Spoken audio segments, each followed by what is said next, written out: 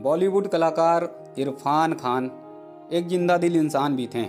2018 का उनका एक पत्र वो उनकी जिंदा दिली को बयां करता है।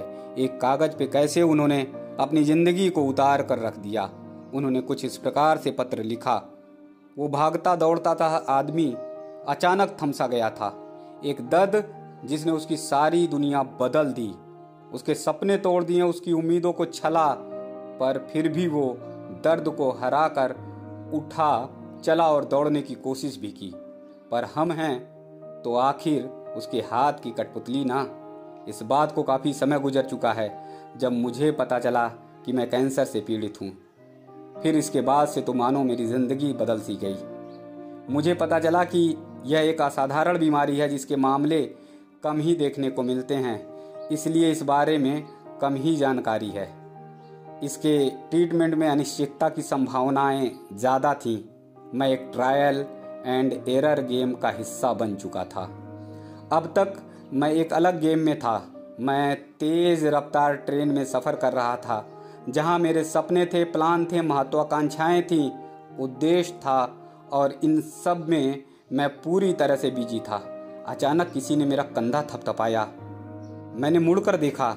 यह टीसी था। आपकी मंजिल आने ही वाली है, कृपया उतर जाइए। मैं हैरान रह गया और सोच रहा था, नहीं नहीं, मेरी मंजिल अभी नहीं आने वाली है। उसने कहा, नहीं, यही है, जिंदगी कभी कभी ऐसी ही होती है।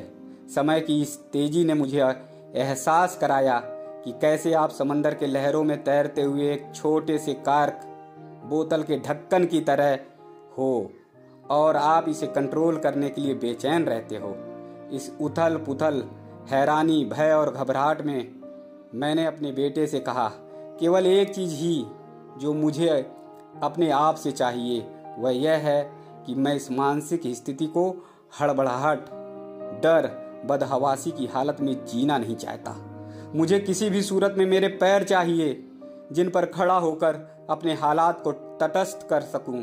मैं खड़ा होना चाहता हूं। जब मैं अस्पताल के अंदर जा रहा था, मैं खत्म हो रहा था, कमज़ोर पड़ रहा था, उदासीन हो चुका था, और मुझे इस चीज़ का एहसास नहीं था कि मेरे अस्पताल लॉर्ड्स स्टेडियम के ठीक अपोजिट था।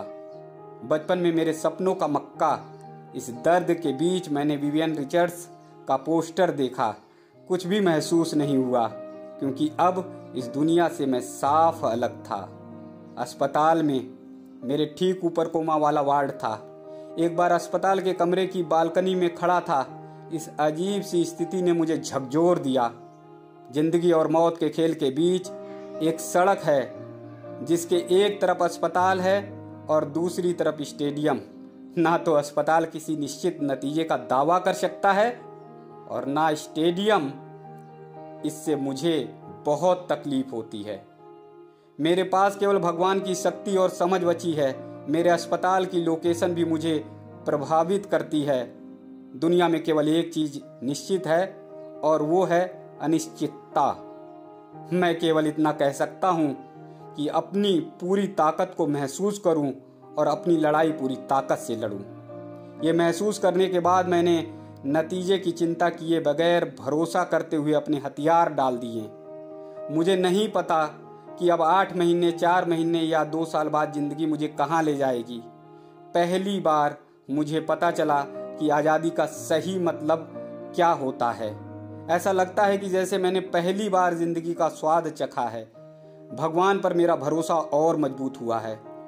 इस सफ़र में सारी दुनिया के लोग सभी मेरे सेहतमंद होने की दुआ कर रहे हैं, प्रार्थना कर रहे हैं। मैं जिन्हें जानता हूँ और जिन्हें नहीं जानता, वे सभी अलग अलग जगहों और टाइम जोन में मेरे लिए प्रार्थना कर रहे हैं। मुझे लगता है कि उनकी प्रार्थनाएं मिलकर एक हो गई हैं। एक बड़ी शक्ति तीव्र जीवन धारा बनकर मेरे स्पाइन से मुझसे प्रवेश कर सिर के ऊपर कपाल से अंकुरित हो रही।